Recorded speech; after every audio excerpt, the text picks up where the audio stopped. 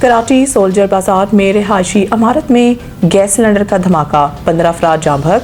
Police के मुताबिक कराची के इलाके सोल्जर बाजार में सुबह 4 बजे के करीब इमारत में गैस सिलेंडर का धमाका हुआ, जिसके नतीजा में इमारत का कुछ हिस्सा गिर गया। हादसे की इत्तला मिलते ही पुलिस ने इलाके को घेरे में लेकर सिक्योरिटी सख्त कर दी और रेस्क्यू इदारों ने सर्च ऑपरेशन शुरू कर दिया। रेस्क्यू काम का कहना है कि इमारत 3 मंजिला है और हर फ्लोर पर एक कमरा कायम है। तंग गलियों की वजह से रेस्क्यू ऑपरेशन में मुश्किलात का सामना है।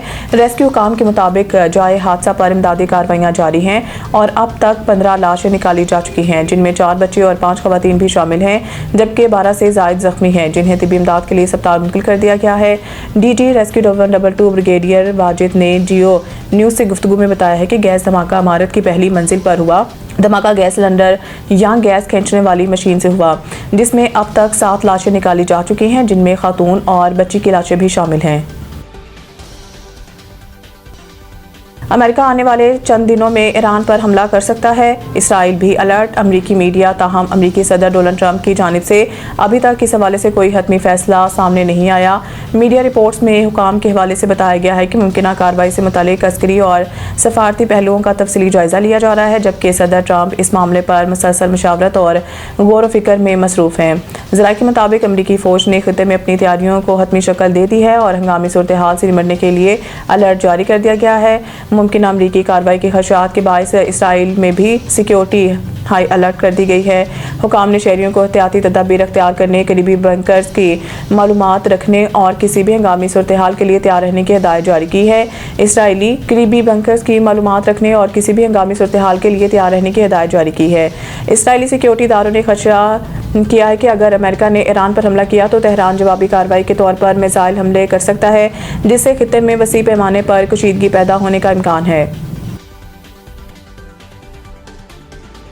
वज़ीर आज़म गज़ा अमन बोर्ड इजलास में शिरकत करके सदर ट्रंप के अमन मंसूबे की हमायत करेंगे। इसहाक डार अक़वाम मुत्तहिदा की सलामती कौंसल में फ़लस्तीन के हवाले से इजलास हुआ। नायब वज़ीर आज़म इसहाक डार ने इजलास से खिताब करते हुए गज़ा में इसराइली बर्बरियत और सीज़ फायर की खिलाफ वर्जियों पर रोशनी डाली। इसहाक डार ने इसराइली जहरियत बैनुल अक़वामी क़वानीन की खिलाफ वर्जी करार देते हुए कहा है कि पाकिस्तान गज़ा में जंग बंदी की इसराइली खिलाफ वर्जियों की मजम्मत करता है। इसराइल मुसलसल सीज़ फायर की खिलाफ वर्जी कर रहा है। उन्होंने जोर दिया है कि सीज़ फायर का एहतराम किया जाना चाहिए। नायब वज़ीर आज़म इसहाक डार ने मुस्तकिल अमन के लिए बाहमी एहतराम पर मबनी सफारतकारी को ज़रूरी करार दिया और वाज़ेह किया कि फ़लस्तीनी अथॉरिटी का मरकज़ी किरदार तमाम सूरत हाल में लाज़िम मलज़ूम है। फ़लस्तीनियों के हक़ खुदरादियत का एहतराम किए बगैर कोई हल काबिल अमल नहीं। नायब वज़ीर आज़म ने गज़ा से फ़लस्तीनियों को बेदखल करने के इसराइली इक़दाम की भी शदीद अल्फाज में मज़म्मत की।